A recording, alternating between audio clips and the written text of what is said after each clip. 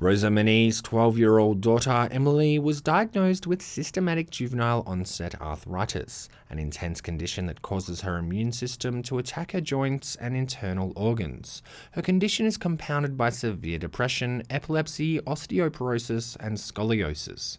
She is currently receiving treatment in Chicago. Despite her daughter's suffering and need, her mother Rosa can't be there with her.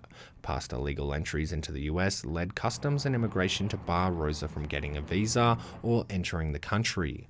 Stuck in Mexico, she hasn't been able to see her daughter for 2 years. In a video plea, Mani said, "A little girl, she doesn't know why her mum isn't with her. They're to take her to the hospital, to see her grow, to give her medication, or to simply be able to hug her in the midst of her pain." How do we get a mother and a daughter who's deathly ill together that have not seen each other for 2 years? Roberto Reed is the lead pastor at Sonoma Springs Covenant Church in Las Cruces. He, his church, and a coalition of immigration advocates are petitioning on behalf of Rosa Mani with U.S. immigration. Emily, Rosa's daughter, has special needs related to her sickness. And so my heart just goes out, as a father, goes out to a mother that can't be with her daughter. I can't imagine what that would be like. Rosa's daughter, Emily, wasn't moved to the US by choice. She was moved to get biological treatment. Pastor Reed says the family did try to stay in Mexico where they had a good life, but they couldn't get access to the care Emily needed.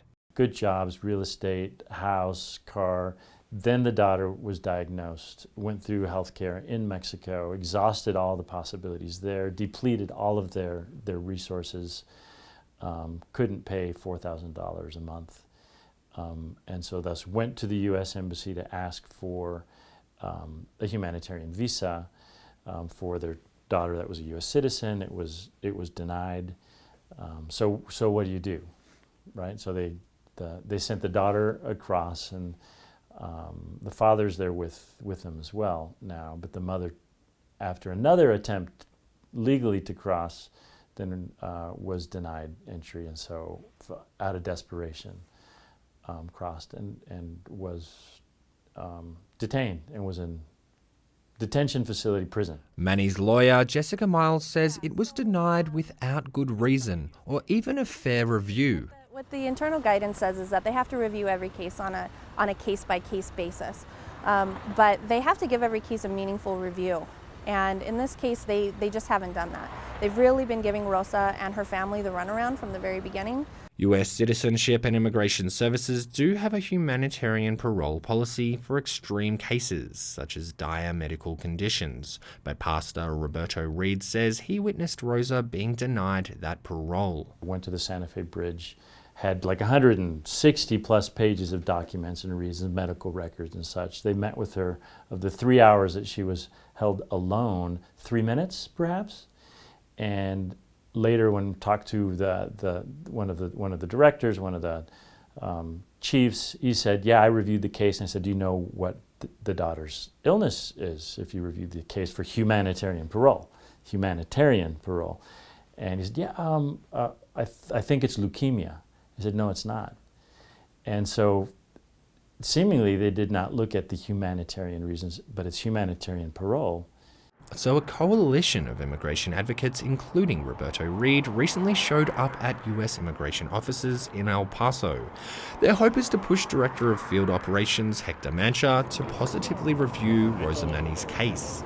So this is the letter that we're going to deliver to the Director Hector Mancha, and we're asking for him to grant humanitarian parole to Rosa so she can come into the United States and be united with her family, with her sick daughter that she hasn't seen in 2 years. That petition already has close to 600 signatures. Reed says Mani's case touched him, his church, and the broader community on a religious and human level.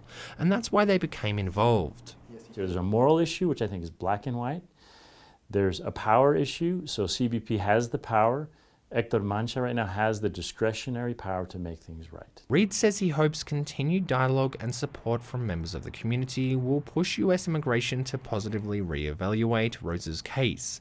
He says holding immigration accountable and pushing for change could help countless others. Rosa is one woman of millions, and her case, I think, represents a system that is broken, that doesn't look at the human side. So there needs to be a pathway and a process, but there needs to be humanity in how we deport.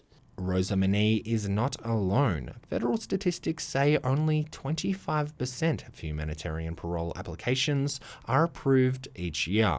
For KRWG, I'm Simon Thompson.